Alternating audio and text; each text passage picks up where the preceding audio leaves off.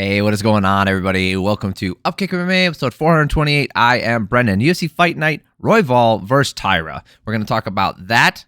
We're going to talk about all the fights in the main card here, go through them, break them all down round by round, go through all that stuff. If you like this kind of thing, subscribe to the channel. That way you know the next video is coming out, and I'd appreciate it. All right, no more tiddly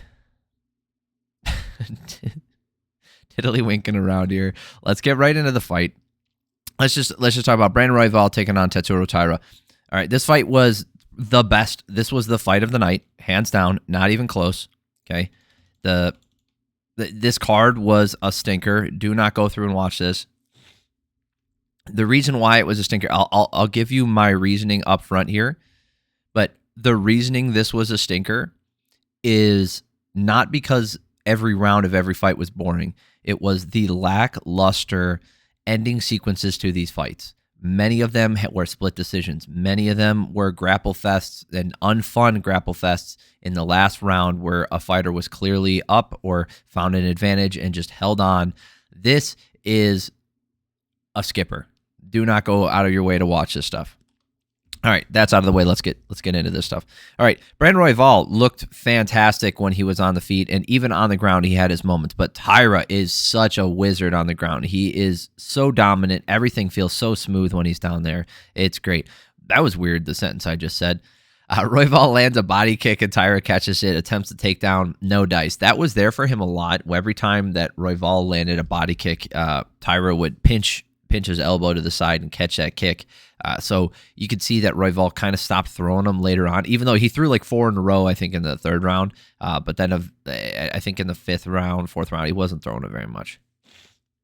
Not a whole lot getting thrown out there at range, mostly long kicks that land on the arms or miss. You know, Royval finally finds his range in countering Taira as he comes into range. Every time Taira would come in, he would land up an elbow in tight or catch him with a 1-2. He would throw something to make Taira pay. Royval finally finds his range through that round and works it into like how the fight starts to go. Like he worked that out in the first round, and you could see that's how the fight was going to go when it was on the feet. That being said, Taira gets the back and the takedown. Didn't do anything with it right at the end of the round, but he did get the takedown. So if you look at the striking numbers here, it was 17-10. This is clearly Royval's round. I don't want to hear it. He had Taira had 44 seconds of control time. That's nothing. Did not do enough damage to make it even close to that. So we'll talk about the scorecards after the fight. Royval overextends and Taira gets to the back though. Gets to the back and he's able to control for most of this round. This is 4 minutes and 10 seconds of control time in the second round. That's literally all that happened. I think Taira did what he needed to do, and he looked fantastic. It looked like, hey, if this fight stays on the feet, it's going to be a Royval thing. If it goes to the ground, Taira's going to get it. That's kind of how it played out. Third round, Royval more hesitant to throw, and then Taira goes for a takedown and takes a knee to the face and a ton of elbows for that. Royval throwing the long jab out there, following up with the 1-2. Following up with the 2.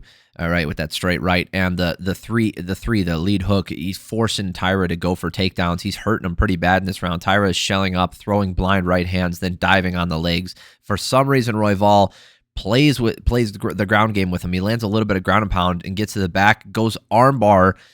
Like, I'm a huge fan of going for the armbar from the back control, absolutely, but especially in MMA, it is so risky.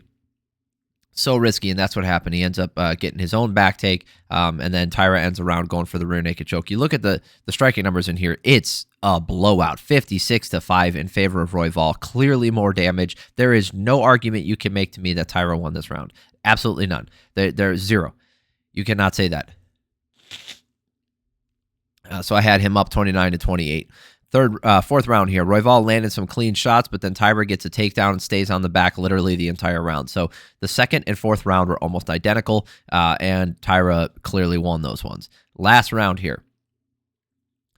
So I said 38-38 going in the final round. Taira's shelling up and walking into range, looking to grapple, and Royval is tagging him. He's doing a great job keeping it on the feet. When Taira throws long strikes, he can land, then goes takedown, but gets reversed. That's the thing, is Taira could strike, and he was throwing long strikes, and when he did, he looked really good, and he could use that to set up his takedowns. It's just he he didn't start doing that until this round. And then even when he did, like, this round was probably his best striking round. It was. He landed 14 strikes, but he got outstruck 43-14. You know, Taira, and at the end of this, he goes takedown and gets caught in a guillotine, and then Royval uses that to take mount and goes for the neck crank and like gets to the back, goes for neck crank and damaging him.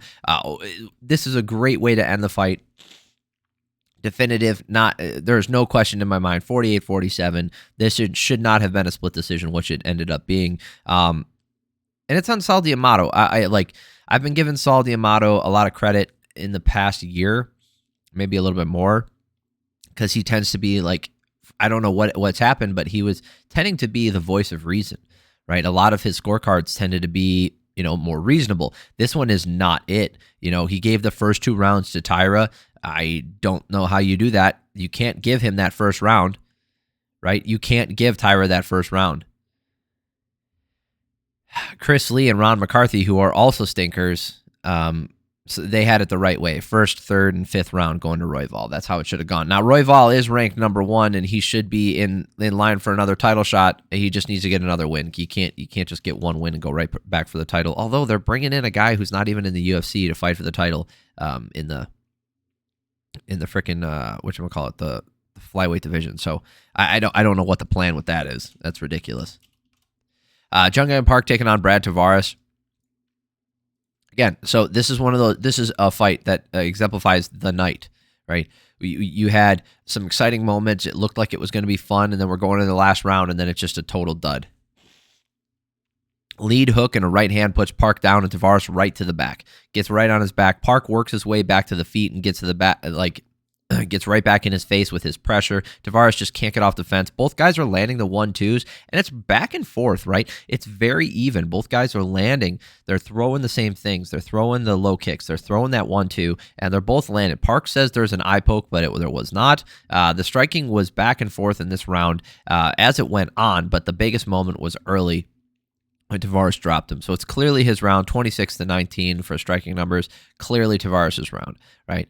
Second round here. Holy crap, they're fighting in a phone booth, just staying in there and throwing, and Park going with the low kicks in the middle of the cage. Tavares really needs to land some big shots to end this round. He's really behind on the volume. He didn't. Yeah, right. He ended up losing the striking battle here, 67-31. Clearly Park's round, no questions asked. Let's move on. Last round, just getting in tight and throwing those 1-2s. Park pushes him back to the cage, gets a takedown, holds him down literally the entire round. 4 minutes and 39 seconds of control time for Park. Not a lot of striking going on here, but clearly his round. Let's go to the scorecards. Mike Bell and Eric Colon had it correct, right? Giving Tavares that first round and the second 2 rounds to Park. And then Junichiro Kamijo gives the first 2 rounds to Tavares. He gave that second round to Tavares. Shall I remind you? 67-31. Neither guy was rocked in this fight. Neither guy landed a big shot that did like so much damage, right? Other than that first punch landed by Tavares, really, in the first round. This second round was as big of a blowout as you're going to get other than a one-way beatdown.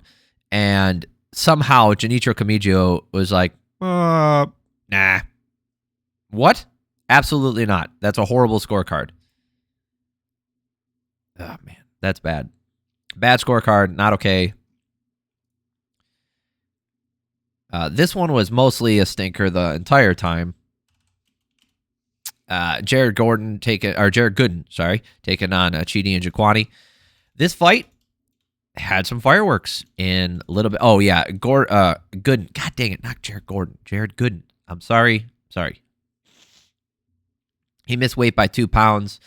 A few guys missed weight on this card. It's just sanctioned cheating. It's all it is. This is ridiculous. You shouldn't be allowed to compete if you miss weight. There should be a point deduction system. I don't want to get into it right now because it'll make this video go like too long. I'm trying to kind of fly through this. So this fight, again, had moments of excellence. Njokuani's striking looks fantastic. His clinch game looked real good.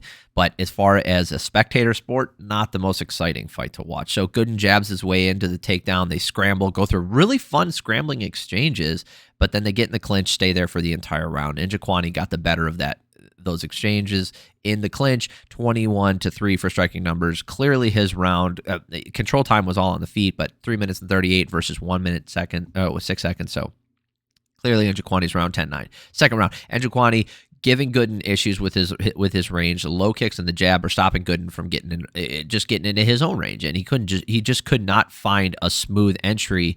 And most of this round was against the cage. Again, striking numbers 52-11 for Njokuani. Clearly his round 2018. Let's go to the third round. Gooden gets the takedown again, not able to control him. Good knees from Njokuani. They're digging hard to the body in the clinch. He's going with elbows, doing excellent stuff. Njokuani gets to the top position and sits on top for the entire round. So again, clearly a 30-27. Njokuani did what he needed to do. Excellent fight for him. I'm not saying that like it was complete boring to watch, and it wasn't even a letdown based off the first round. It was more of like as a spectator, do I want to watch 15 minutes of clinch control? No, probably not. That's not my favorite thing to watch. I understand that there's a lot going on in there, and it can have moments where it's fun, but I like to mix it. I like it when it's mixed up. All right.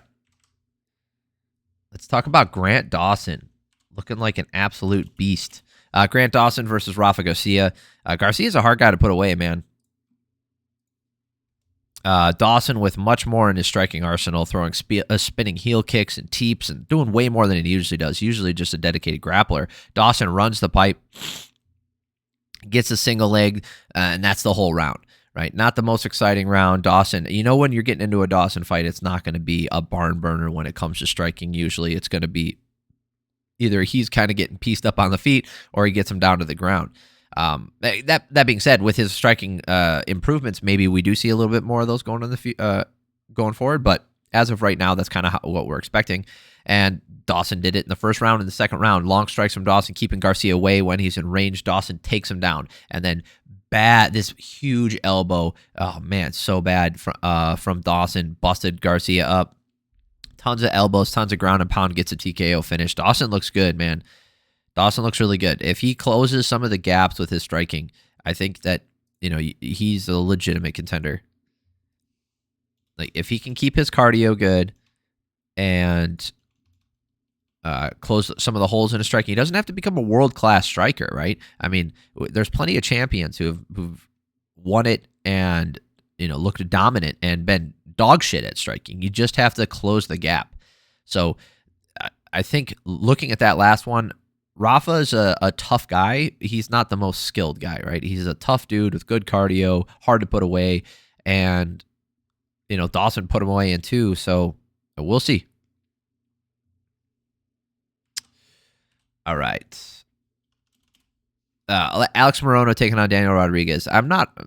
These fights always kind of, again, same thing. Looked like it was going to be a lot of fun from the first two rounds. In the third round, I mean, it wasn't as disappointing, but I was just expecting it to be more back and forth. The problem is when you get these Daniel Rodriguez fights, like once he gets the jab going and he runs away, that's going to be pretty much the entire fight. So if he gets up 2 rounds, or if he's up in a round, you kind of expect it. So it wasn't as disappointing. Morono swinging big with that right hand, using the low kicks, and Rodriguez just wasn't using his jab really well right away. It was kind of odd. Just the activity from Morono was giving Rodriguez pause, not allowing him to get into range or rhythm. And then Rodriguez, no good defense in this round, not throwing enough, getting outstruck here 31-25. Clearly Morono's round. Second round, Rodriguez using the jab better this round, throwing more offense out there, forcing Morono to open up more and keep like Morono in the first round was able to dictate the pace. And yes, it was a faster pace than Rodriguez, but he was able to dictate the pace and throw more stuff out there. But now when Rodriguez was dictating the pace, Morono's trying to keep up with him, and that's opening him up to be hit more. And we saw it 44-23 in favor of Rodriguez this round. He was able to outpoint him. There was no big shots landed from Rodriguez. There was a couple good flush shots, but nothing super hard in this round. He just won it. 19-19 going into the last round. Rodriguez landing a shot behind the ear, shaking Morono for a second. No change in the pace or the outlook of the fight, so it did not affect anything. I mean, you count that as damage, but it, like, was it close to finishing the fight? No. It immediately went back to normal. Morono started to look a little bit tired, letting Rodriguez be more successful at that 1-2, and then Rodriguez pushes the fight to the fence and then holds on to get a break, and then holds onto the cage, grabs his fingers in it to hold him against her for a second. So that was a nice little move he did there. Rodriguez on his bike for the last 60 seconds and then stabbing the jab out there. I mean, this was clearly his fight, 29-28. There's no arguments there. It's just not how I want to see it ended, with a guy on his bike throwing jabs.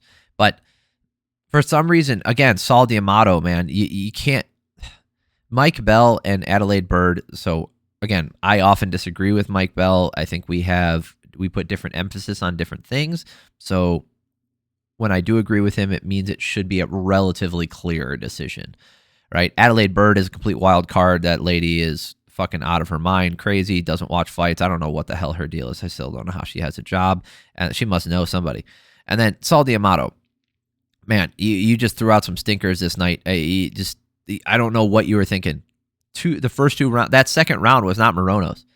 You got outstruck, outdamaged, outcontrolled. There's nothing about that round that said it was Morono's. I don't know what he was watching. I really think Saul D'Amato either was sick last night or something was going on with him, because it was odd. He was consistently bad throughout the night. So that is it, though. That's all of them. I sped this up, got it relatively done relatively quick. So if you like this kind of thing, subscribe to the channel. That way the next video is coming out. Like I said at the top of this, I wouldn't go back and watch this. The main event, if you want to go watch that, the main event was really good.